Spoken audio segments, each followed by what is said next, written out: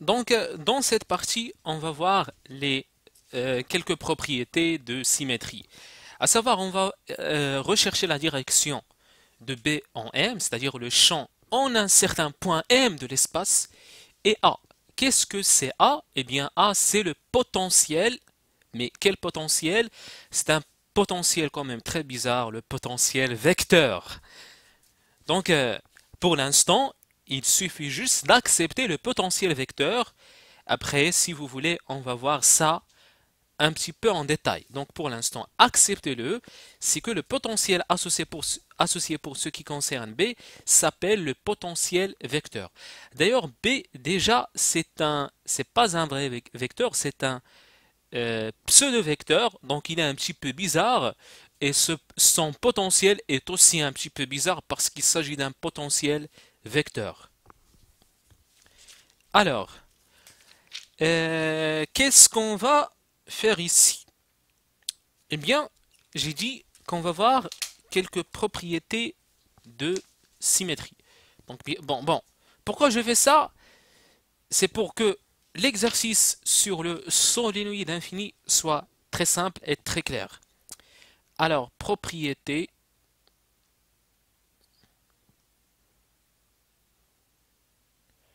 de symétrie. Bon, ce ne sont que quelques propriétés de symétrie, parce que la symétrie, c'est quand même un domaine très très vaste en physique. C'est une chose qui est très profonde en physique, c'est très fondamental en physique, la symétrie, en physique en général. Et on peut écrire tout un livre sur la symétrie. Alors, notre objectif, c'est pour l'étude de la symétrie dans ce cours sur la magnétostatique, c'est bien entendu la recherche, c'est pour la recherche de la direction de qui et de qui. Eh bien, moi, je cherche la direction de B en M et le potentiel bizarre vecteur, le potentiel vecteur A en M. Eh bien, si vous avez une certaine distribution de courant, eh bien, si une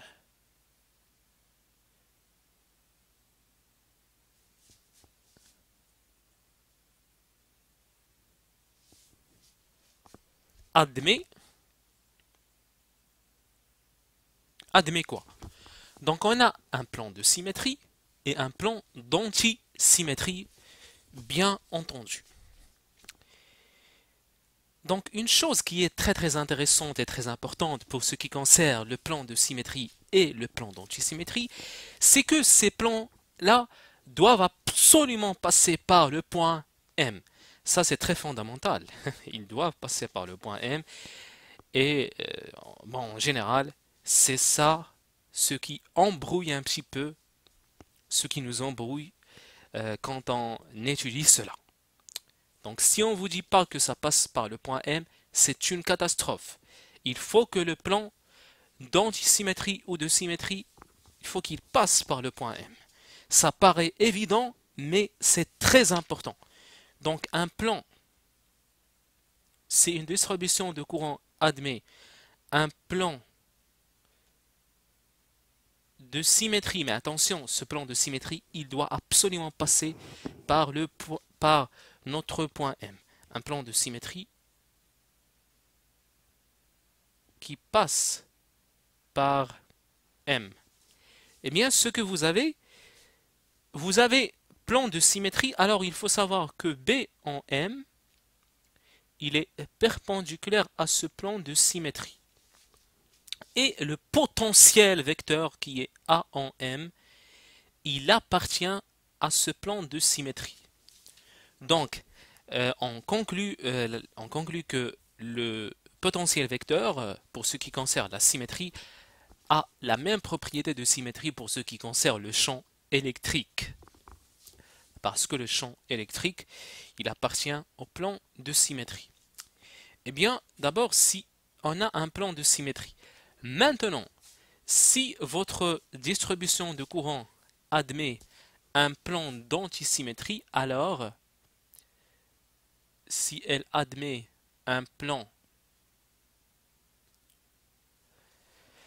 d'antisymétrie et il faut absolument que ce plan d'antisymétrie passe par M, un plan d'antisymétrie qui passe par M, alors à partir de ce moment-là, vous pouvez dire que B en M, il appartient à ce plan d'antisymétrie et A en M, il est perpendiculaire à ce plan d'antisymétrie. Donc la question qui est très intéressante, qui se pose maintenant,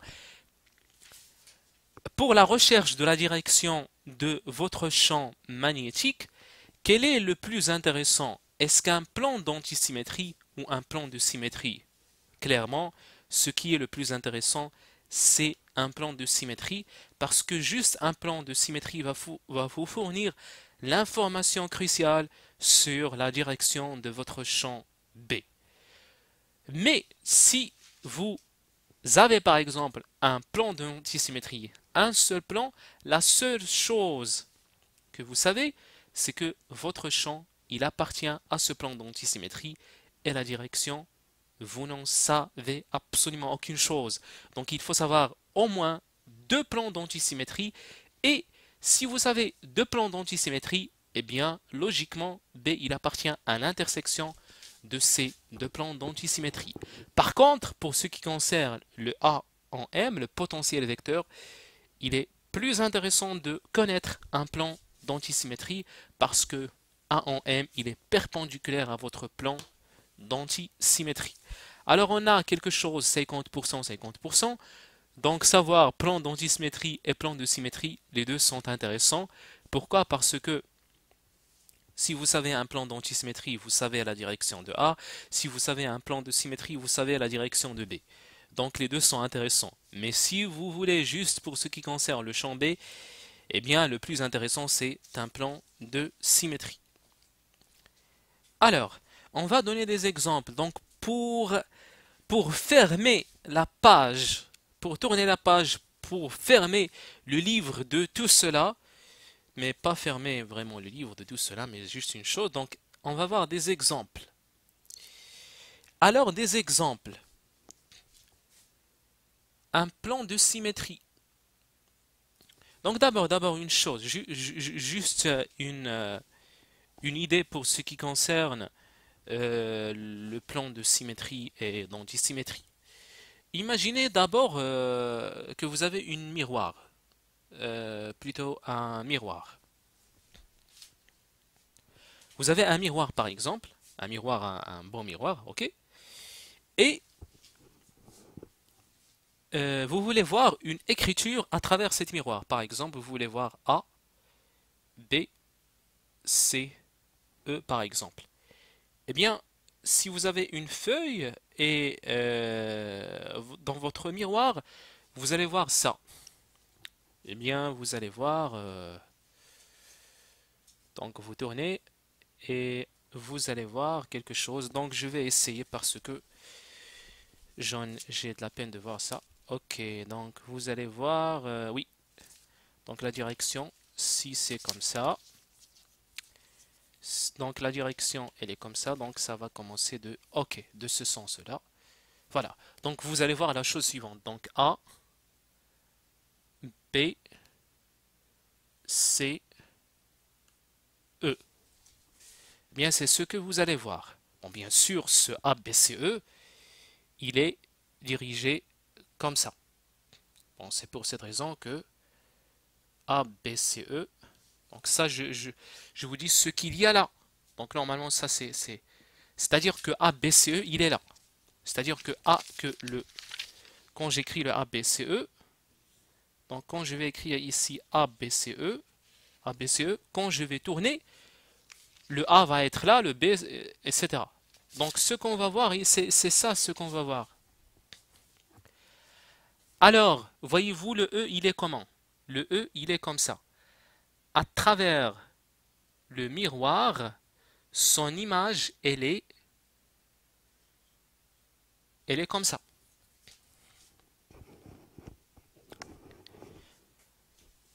Donc, bon, ça, c'est étrange un petit peu.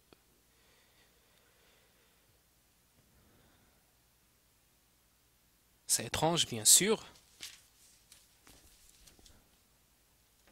Oui, c'est ce qu'on a ici. Donc, il faut savoir donc le miroir, un miroir est un plan de symétrie. Miroir, c'est un plan de symétrie. Donc, oubliez le truc sur l'écriture. Désolé si je vous embrouille avec ça. Donc, oubliez le truc de symétrie. Donc, miroir, c'est un plan de symétrie. A, B, C, E. Si j'ai ici un certain écran et ici une caméra, eh bien, quand la caméra va filmer ça, eh bien, on va voir ici exactement ABCE. Eh bien, on peut dire que ce système-là, il s'agit d'un plan d'antisymétrie. Donc ça, entre parenthèses. Alors, je vais vous donner un exemple. Donc, oubliez ça si vous voulez, mais ça, par exemple, c'est un plan de symétrie. Bon, bien sûr, bon, en 3 dimensions, ça sera comme ça. Alors, pour ce qui concerne le courant, si ça c'est un plan de symétrie, eh bien après le passage de ce plan de symétrie, si c'est un plan de symétrie, le courant il doit être comme ça, dans l'autre face. Si vous faites le passage. Si le courant il est comme ça, normalement ici il doit être comme ça. Si il est comme ça, ici il doit être comme ça. Si il est sortant, ici il doit être aussi sortant. Si il est entrant, ici il doit être aussi entrant. N'oubliez pas que je parle, bon, ce plan, bon, il faut aussi l'imaginer en 3 dimensions. Autrement dit, si vous avez un plan ici en 3 dimensions, et si le courant, il est comme ça ici, ici il doit être comme ça, s'il est comme ça là, ici il doit être comme ça, comme ça, comme ça, sortant, il doit être ici sortant, entrant, il doit être ici entrant. Maintenant, pour ce qui concerne le plan d'antisymétrie. Plan, je vais appeler comme ça antisymétrie en toute simplicité. Alors, si votre courant est comme ça, à travers, dans l'autre partie, quand vous traversez votre plan, il doit être comme ça. S'il est comme ça, dans cette partie, il doit être comme ça. S'il est entrant, ici, il doit être sortant. S'il est sortant là, ici, il doit être entrant. Voilà. Donc, je vais vous donner les exemples concrets qu'on a ici. Si vous avez par exemple un certain solénoïde, tac, tac, tac, tac, tac, tac.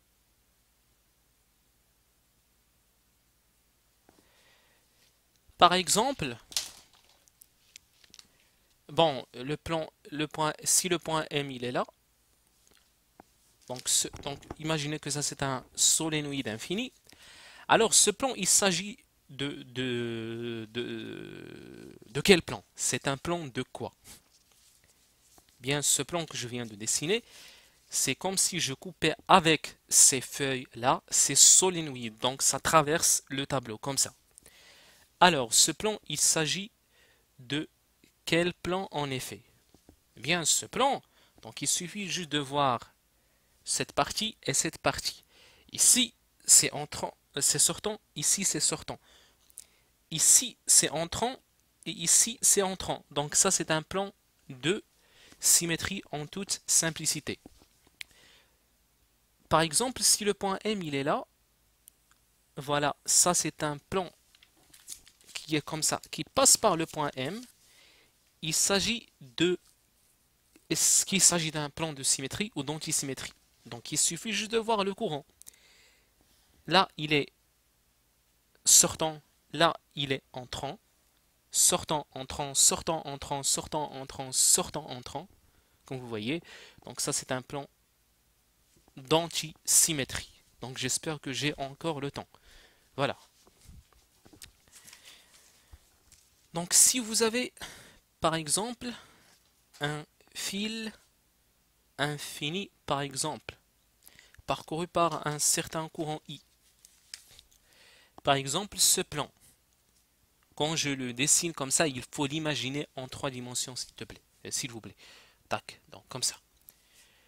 Ici, dans cette partie-là, le courant, il est comme ça.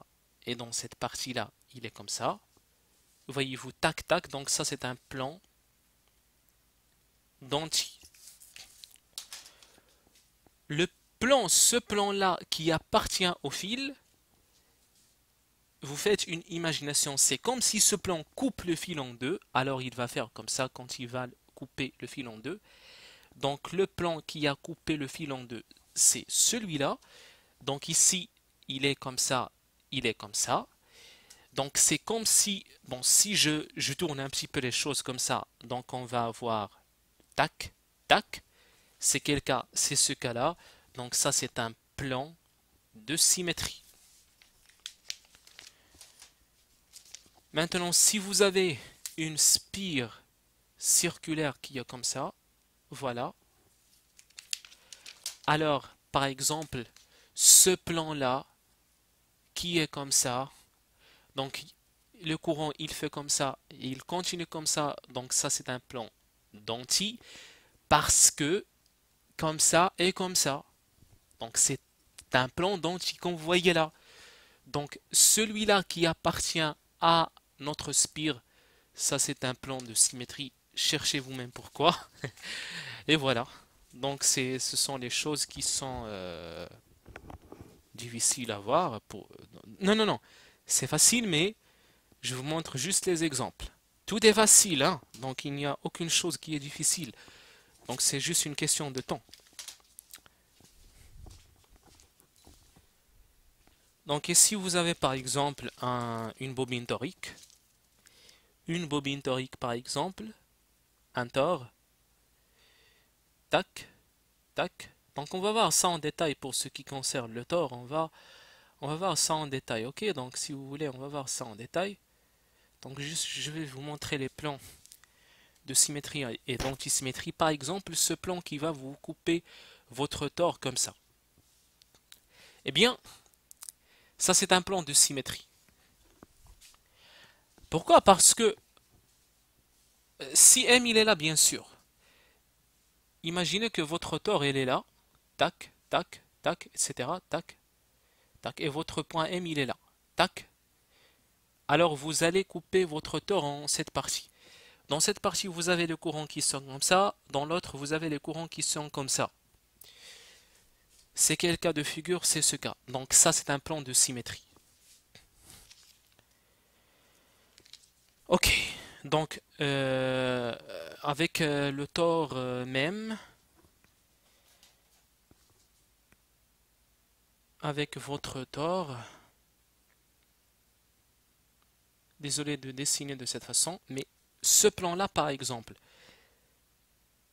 quel plan? Ce plan qui coupe le tore en cette partie-là. Donc il me reste 1 minute, je ne sais pas si je vais pouvoir continuer ça. Bon, on va voir ça après.